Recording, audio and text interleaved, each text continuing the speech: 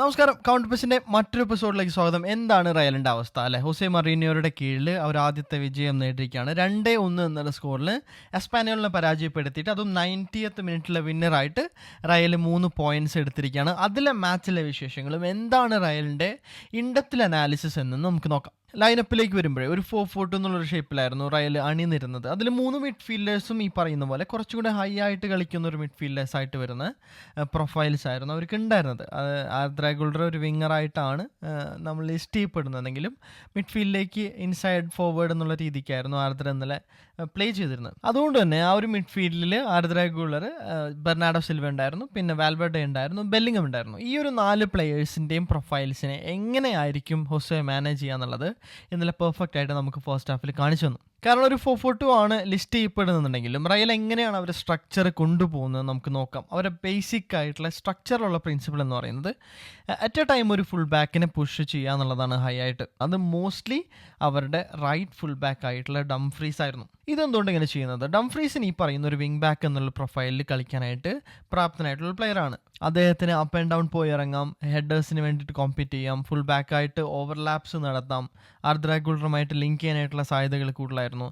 Hold പ്ലേയിൽ അല്ലെങ്കിൽ ഫിസിക്കലായിട്ട് hold ചെയ്യാനായിട്ട് ball എന്നിട്ട് ലിങ്ക് ചെയ്യാനായിട്ട് നല്ല രീതിക്ക് ഈ പറയുന്ന ഡംഫ്രീസിന് സാധിച്ചിട്ടുണ്ട്. ഇങ്ങനെ വിട്ട് ഹോൾഡ് ചെയ്യാൻ അല്ലെങ്കിൽ അത്രയും ഹൈ ആയിട്ട് പുഷ് ചെയ്യാനായിട്ടുള്ള ഒരു ഫുൾ ബാക്ക് ഉള്ളപ്പോൾ അത് ആർദ്രാഗുളറിനെയാണ് ഏറ്റവും അധികം സ്യൂട്ട് ചെയ്തിരുന്നത്. കാരണം ആർദ്ര ഒരിക്കലും ഈ പറയുന്ന വിട്ട് ഹോൾഡ് ചെയ്ത് അവിടെ നിന്ന് 1v1 വിൻ ചെയ്തിട്ട് ഇൻ ഡെപ്തിൽ അറ്റാക്ക് ചെയ്യുന്ന ഒരു പ്ലെയർ അല്ല. അങ്ങനെ ചെയ്യാൻ പറ്റുന്ന ഒരു പ്ലെയറാണ്. പക്ഷെ എന്നാലും അതല്ല അദ്ദേഹത്തിൻ്റെ പ്രൊഫൈൽ എന്ന് പറയുന്നത്. കുറച്ചുകൂടി ഒരു ക്രിയേറ്റീവ് ആയിട്ടുള്ള പ്ലെയറാണ്. കുറച്ചുകൂടി ലിങ്ക് ചെയ്യാനായിട്ടും അല്ലെങ്കിൽ മറ്റ് പ്ലേയേഴ്സിനെ ഫീഡ് ചെയ്യാനൊക്കെ ആയിട്ടും പ്രാപ്തനായിട്ടുള്ള ഒരു പ്ലെയറാണ് ആർദ്ര. അപ്പോൾ അദ്ദേഹത്തിൻ്റെ ആ ഒരു ഫുൾ പൊട്ടൻഷ്യൽ മുതലെടുക്കണം എന്നുണ്ടെങ്കിൽ അദ്ദേഹത്തിന് കൂടുതലും ഇൻസൈഡ് ഓഫ് ദ പിച്ചിലേക്ക് റയലിന് ആവശ്യമാണ്. അതിന് വേണ്ടിയിട്ട് എന്ത് ചെയ്യണം? ഗുളർ ഉള്ളിലേക്ക് വരുമ്പോൾ വിട്ട് ഹോൾഡ് ചെയ്യാനും അല്ലെങ്കിൽ ആ ഒരു സ്പേസ് ഈറ്റപ്പ് ചെയ്യാനായിട്ടും വേറൊരു പ്ലെയർ വേണം. ആ ഒരു ഡ്യൂട്ടി ചെയ്തിരുന്നത് നല്ല ഡംഫ്രീസ് ആയിരുന്നു. ഇന്റർ മിലാനിലും അദ്ദേഹം ഏകദേശം സെയിം ആയിട്ടുള്ള ഡ്യൂട്ടിക്ക് തന്നെയായിരുന്നു ചെയ്തിരുന്നത്. അവരൊരു ബാക്ക് 3 ആയിരുന്നു പോയിരുന്നത് മാത്രം. അതൊരു 3-5-2 എന്നുള്ളൊരു ഫോർമേഷനിൽ അവർ ഏർലിയർ സ്റ്റേജിൽ തന്നെ പോവാറുണ്ട്. പക്ഷേ റയലിലേക്ക് വരുമ്പോൾ കുറച്ചുകൂടി ഒരു വൈകിട്ടുള്ള സ്റ്റേജിലാണ്, കുറച്ചുകൂടി ഒരു കോഷ്യസ് ആയിട്ടുള്ള അപ്രോച്ചിലാണ് ഒരു ബാക്ക് 3യിലേക്ക് റയൽ പോകുന്നത്.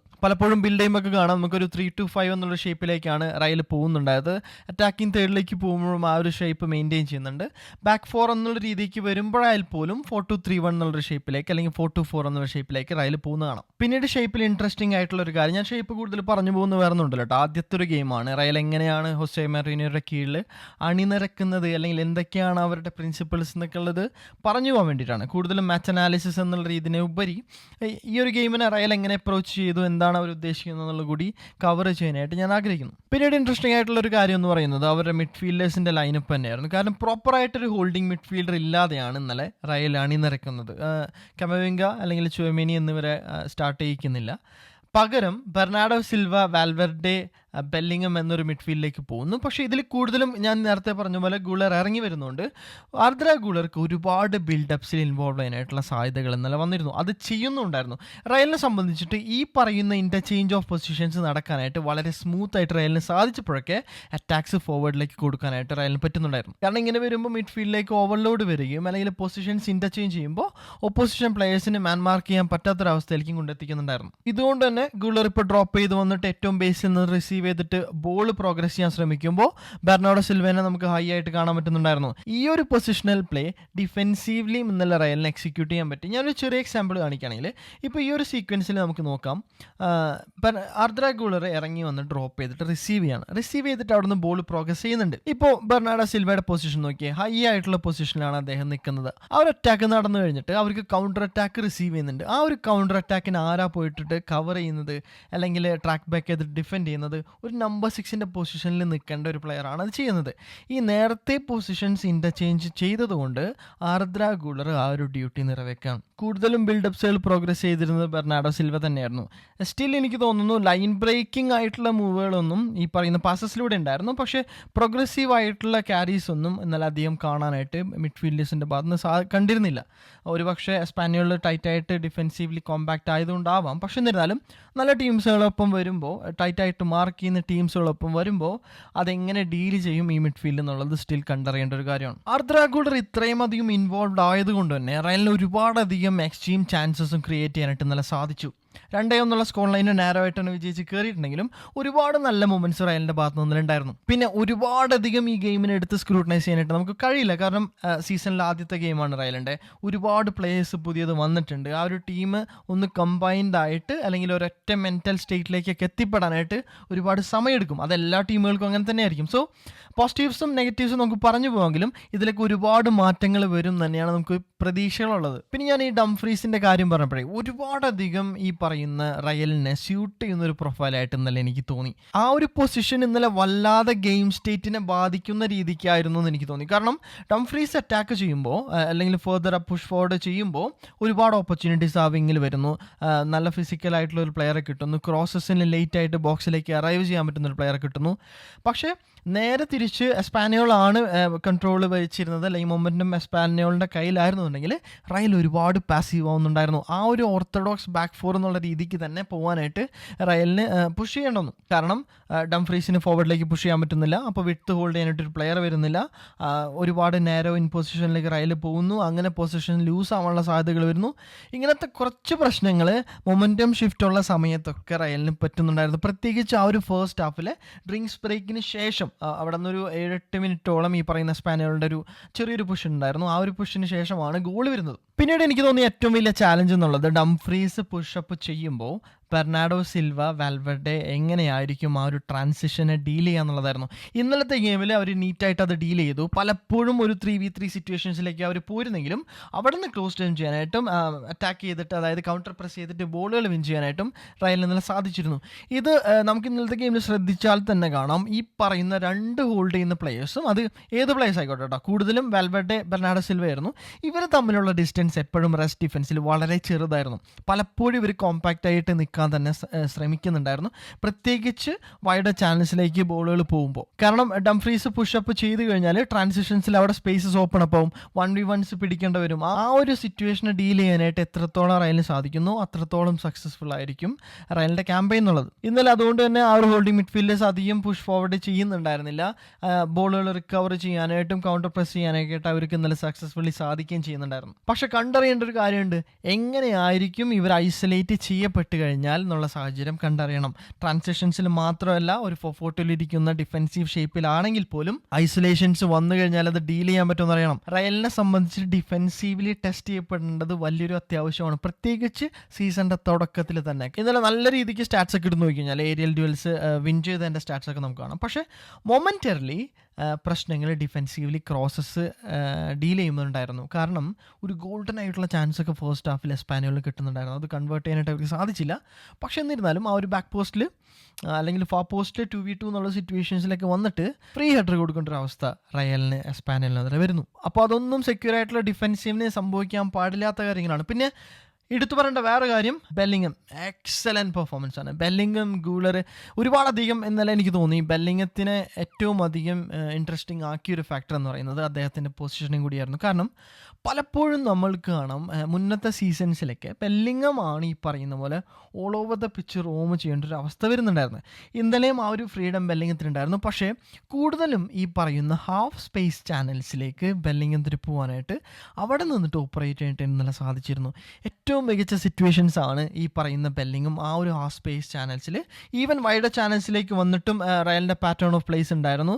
ഈ ബിൽഡപ്പിൽ നിന്നിട്ട് പ്രോഗ്രസ് ചെയ്യുമ്പോൾ ബെല്ലിംഗും പുറത്തേക്കുള്ള ചാനൽ, അതായത് വൈഡ് ചാനൽസിലേക്ക് വരുന്നു, അവിടെ നിന്ന് പ്ലേ പ്രോഗ്രസ് ചെയ്യുന്നു. ഇതേ ഒരു കോമ്പിനേഷൻ ഉണ്ടായിരുന്നു. ഈ സമയത്തായിരിക്കും വിനി ജൂനിയർ ആയിരിക്കും ഈ പറയുന്ന ഉള്ളിലേക്ക് പോകുന്നുണ്ടാവുക. അല്ലാത്ത പക്ഷം ബെല്ലിംഗമാണ് ഹാഫ് സ്പേസ് ചാനൽസിൽ. നമുക്ക് ഹീറ്റ് മാപ്പ് ഒക്കെ എടുത്ത് നോക്കിക്കഴിഞ്ഞാൽ ഹാഫ് സ്പേസ് ചാനൽസിൽ അവിടെ നിന്നിട്ട് ഡിഫൻസ് ലൈൻ അറ്റാക്ക് ചെയ്യാനായാലും ഡിഫൻസിനെതിരെ റൺ ചെയ്യാനായാലും ഇൻ ബിഹൈൻഡ് റണ്ണുകൾ നടത്താനായാലും അവിടെ നിന്ന് ലിങ്ക് ചെയ്യാനായാലും ഇന്നലെ ബെല്ലിംഗം കിടിലനായിട്ടുള്ള പെർഫോമൻസ് കാഴ്ചവെച്ചു. ഇതോടൊപ്പം എടുത്ത് പറയേണ്ട കാര്യമുണ്ട്, ബെർണാഡോ സിൽവ, വാൽവെർഡെ എന്ന് ഞാൻ പറഞ്ഞു, അവർ ആ സെൻട്രൽ സ്പേസസ് കവർ ചെയ്യാനായിട്ട് അവർക്ക് ഒരുപാടധികം സപ്പോർട്ട് ബെല്ലിംഗം കൊടുക്കുന്നുണ്ടായിട്ട് ഡ്രോപ്പ് ചെയ്ത് വന്നിട്ട്. ഈ ഒരു കാരണം കൊണ്ട് തന്നെ ട്രാൻസിഷൻസിൽ അത്രയും ത്രെറ്റനിങ് ആവാനായിട്ടും റയലിന് സാധിക്കും. നല്ലൊരു ചെറിയ സീക്കിലുണ്ടായിരുന്നു ഹൊസെ മറീനോയുടെ റയൽ മാഡ്രിഡ് എങ്ങനെ ആയിരിക്കും ട്രാൻസിഷൻസ് കൊടുക്കുക എന്നുള്ളത് നമുക്ക് കാണിച്ചു തന്നത്. അപ്പോൾ ആ ഒരു സീക്വൻസ് ഓഫ് പ്ലേയിലൊക്കെ നമുക്ക് കറക്റ്റ് കാണാം. വാൽവെർഡെ, ബെർണാഡോ സിൽവ രണ്ടുപേരും അവിടെ സെൻറ്റർ ഓഫ് ചാനൽസിൽ ക്ലോസ് ചെയ്യാണ്. അതോടൊപ്പം ബെല്ലിംഗം വന്ന് ഹെൽപ്പ് ചെയ്തിട്ട് അവിടെ നിന്നൊരു ടേൺ ഓവർ എടുത്തിട്ടാണ് ആ ഒരു കൗണ്ടർ അറ്റാക്ക് സ്റ്റാർട്ട് ആവുന്നത്. പിന്നീട് റയലിൻ്റെ പ്രസ്സിങ്ങിലേക്ക് വരികയാണെങ്കിൽ, പ്രസ്സിങ് സ്ട്രക്ചറിനെ കുറിച്ചൊക്കെ പറയുകയാണെങ്കിൽ 4-4-2 എന്നുള്ളൊരു സ്ട്രക്ചറിൽ തന്നെയാണ് അവർ ഇരുന്നിരുന്നത്. ഇന്നലെ റയലിനെ സംബന്ധിച്ചിട്ട് പ്രസ്സിങ് കുറച്ചും കൂടിയും എളുപ്പമായിട്ടുള്ള സാഹചര്യങ്ങളുണ്ടായിരുന്നു. പ്രസ്സിങ് ട്രിഗേഴ്സ് വെച്ചിട്ടാണ് റയൽ പ്രസ് ചെയ്യുന്നത്. വെറുതെ പോയിട്ട് ഈ പറയുന്ന പോലെ high pressing team, high energy ടീമാണ് നമ്മൾ എന്നുള്ള രീതിക്കൊന്നുമല്ല. മൗറീനോയ്ക്ക് തങ്ങളുടെ പ്ലെയേഴ്സിൻ്റെ ട്രേറ്റ്സ് അറിയാം. അതിനനുസരിച്ച് തന്നെയാണ് അദ്ദേഹം ആ ഒരു ടീമിനെ കൊണ്ടുപോകാൻ ശ്രമിക്കുന്നത്. അപ്പോൾ മൊമെൻ്ററിലി, അതായത് ട്രിഗേഴ്സ് വരുമ്പോൾ മാത്രം ചിലപ്പോൾ ഒരു ബാക്ക് പാസ് ആയിരിക്കാം, ഒരു ലെങ്തിയർ ആയിട്ടുള്ള ബാക്ക് പാസ് ആയിരിക്കാം, അല്ലെങ്കിൽ ബിൽഡപ്പിൻ്റെ ഷേപ്പ് തെറ്റിക്കെടുക്കുന്ന ഒരു ബിൽഡപ്പ് ആയിരിക്കാം. ഈ സമയങ്ങളിലൊക്കെ നോക്കിയിട്ടായിരിക്കാം റയൽ പ്രസ് ചെയ്യുന്നത്. അങ്ങനെ പ്രസ് ചെയ്തിട്ട് അവർക്ക് സക്സസ് ഉണ്ടായിരുന്നു. ടേൺ ഓവേഴ്സ് ഉണ്ടായിരുന്നു. അത് ക്യാപിറ്റലൈസ് ചെയ്യാൻ പറ്റുമോ? ഇല്ല എന്നുള്ളതാണ് ഇന്നലത്തെ ഉത്തരം. പക്ഷേ ഇതൊക്കെ പറയുമ്പോഴും കഴിഞ്ഞ സീസണിൻ്റെ ഷെയ്ഡ്സുകൾ നമ്മൾ എവിടേക്കോ കണ്ടു. ഡിസ്കോർഡിനേറ്റഡ് ആയിട്ടുള്ള പ്രസ്, ഒരുപാടധികം ഡിസ്റ്റൻസസ് വരുന്നൊരു പ്രസ്, ഇതൊക്കെ നമ്മൾക്ക് ചില സാഹചര്യങ്ങൾ, എല്ലായ്പ്പോഴും ഞാൻ പറയണില്ല, ചില സാഹചര്യങ്ങൾ നമുക്ക് കാണാൻ പറ്റിയ ബെല്ലിംഗമൊക്കെ വേവ് ചെയ്തിട്ട് വിനീൻ്റെ ഒക്കെ വന്ന് പ്രസ് ചെയ്യാൻ പറയുന്ന കാഴ്ച ഉണ്ടായിരുന്നു. ഇൻസൈഡ് ഡയഗണൽസ് ഒക്കെ ക്ലോസ് ചെയ്യാൻ പറ്റാത്ത സാഹചര്യങ്ങൾ ഉണ്ടായിരുന്നു. പക്ഷേ ഇത് സ്വാഭാവികമാണ് എന്ന് ഞാൻ വിശ്വസിക്കുന്നു. കാരണം ഒരു ബ്ലോക്കിലേക്ക് പോകുന്ന ഒരു റയലിനെയാണ് നമുക്ക് കാണാൻ പറ്റുക. പക്ഷെ എന്നിരുന്നാലും ആ ഒരു ഷെയ്ഡ്സ് ഒക്കെ ചില സാഹചര്യങ്ങളിലും സ്റ്റിൽ കാണാനുണ്ട്. ഇന്നലെ കുറച്ചുകൂടി എളുപ്പമായിരുന്നു ഈ പ്രസ് എന്ന് പറയാൻ കാരണം എസ്പാനിയോളിൻ്റെ ബാക്ക് ത്രീ എന്ന് പറയുന്നത് വളരെയധികം നാരോ ആയിട്ടുള്ള ബാക്ക് ത്രീ ആയിരുന്നു. അങ്ങനെ നാരോ ആയിട്ടുള്ള ബാക്ക് ത്രീ ആയതുകൊണ്ട് തന്നെ ആ ഒരു ഫ്രണ്ട് ലൈൻ ഓഫ് പ്രഷർ, അതായത് വിനി, എംബാപ്പെ എന്നിവർക്ക് പ്രസ് ചെയ്യാനായിട്ട് കുറച്ചുകൂടെ എളുപ്പമായിരുന്നു ഒരു സൈഡിലേക്ക് കാണിക്കാൻ, അല്ലെങ്കിൽ ഇൻസൈഡിലേക്ക് ഫോഴ്സ് ചെയ്യാനായിട്ടും. ഇന്നലെ റയൽ സെറ്റ് പീസിൽ നിന്നിട്ട് ഗോൾ സ്കോർ ചെയ്തപ്പോൾ തോന്നിയതാണ്, ഈ വട്ടം സെറ്റ് പീസസിൽ ഒരുപാട് ത്രെറ്റനിങ് ആവാനായിട്ട് റയലിന് സാധ്യതകളുണ്ട്. കാരണം കൊനാറ്റെ ഉണ്ട്, ഹ്യൂസൻ ഉണ്ട്, ബെല്ലിംഗം ഉണ്ട്, ഡംഫ്രീസ് ഉണ്ട്. ഈ ഒരു പ്രൊഫൈൽസ് എന്നൊക്കെ പറയുന്നത് ഏരിയയിൽ വളരെയധികം ത്രെറ്റ് കൊടുക്കാൻ പറ്റുന്ന പ്രൊഫൈൽസാണ്. ഇന്നലെ ആ ഒരു ഗോള്, അതായത് ഫസ്റ്റ് ഗോളിൽ പോലും ബെല്ലിംഗം കിടലിനായിട്ട് ആ ഒരു ഹെഡർ ഫിനിഷ് ചെയ്ത ഗോളാണ്. അതിൽ പോലും ഡംഫ്രീസ് അവിടെ ബാക്ക് പോസ്റ്റിൽ, അതായത് ഫാർ പോസ്റ്റിൽ 1v1 ലർക്ക് ചെയ്യുന്നുണ്ടായിരുന്നു. അപ്പോൾ ഒരുപാട് സാഹചര്യങ്ങൾ നമുക്ക് കാണാൻ കഴിയുമെന്ന് തോന്നുന്നു. പ്രത്യേകിച്ച് നമ്പർ 9 SP വരുന്ന സമയങ്ങളിൽ, അല്ലെങ്കിൽ ഇപ്പോൾ ഒരു ലോ ബ്ലോക്കിനെതിരെ 90 മിനിറ്റ്സിലോ അല്ലെങ്കിൽ 80+ മിനിറ്റ്സിലോ ഗെയിം ലോക്കായി കിടക്കുന്നൊരു സാഹചര്യത്തിൽ റയൽ ഈ പറയുന്ന സെറ്റ് പീസസും അല്ലെങ്കിൽ ക്രോസസിലൂടെയും കൂടുതൽ ത്രെറ്റനിങ് ആവാനായിട്ട് സാധ്യതയുണ്ട്. കാരണം 2 സ്ട്രൈക്കേഴ്സ് എന്നുള്ള രീതിക്ക് പോകുമ്പോൾ ഇന്നലെ SP സ്കോർ ചെയ്തത് ഹെഡേഴ്സിലൂടെ ഒന്നുമല്ല. പക്ഷെ എന്നിരുന്നാലും ആ ഒരു പാറ്റേൺ ഓഫ് പ്ലേ നമുക്ക് കാണാനായിട്ട് ഇനി സാധിക്കും. റയലിന് ഹൊസൈലുണ്ടായിരുന്ന കാലഘട്ടമൊക്കെ നിങ്ങൾക്ക് റയലിൻ്റെ ഫാൻസിൽ ഓർക്കാം. അതേപോലെ തന്നെ പാറ്റേൺ വരാനായിട്ട് സാധ്യതകളുണ്ട്. പ്രത്യേകിച്ച് ഗെയിം സിറ്റുവേഷൻ അനുസരിച്ചിട്ടാണ്. ഈ ഗെയിം സ്റ്റേറ്റിൻ്റെ തുടക്കത്തിലെ തന്നെ ഞാൻ പറയുന്നില്ല ഒരു 2 സ്ട്രൈക്കറിലൂടെ ഒന്നും മൊറീനോ പോകുന്നുള്ളത്. പ്രത്യേകിച്ച് ഡിയോമാൻഡയൊക്കെ വന്ന സ്ഥിതിക്ക് ഇന്നലെ ഗൂളർ ആ ഗെയിമിൽ നിന്നിട്ട് പോയതിന് ശേഷം റയലിന് ഒരുപാട് നെഗറ്റീവായിട്ട്, ഡിയോമാൻഡ കാരണമല്ല ഞാൻ പറയുന്നത്, ആ ഒരു പ്രൊഫൈല് മിഡ്ഫീൽഡിൽ ഇല്ലാത്തതിനാൽ ഒരുപാടധികം താഴേക്ക് പോകുന്ന പോലെ തോന്നി ഗ്രാഫ് റയലിൻ്റെ.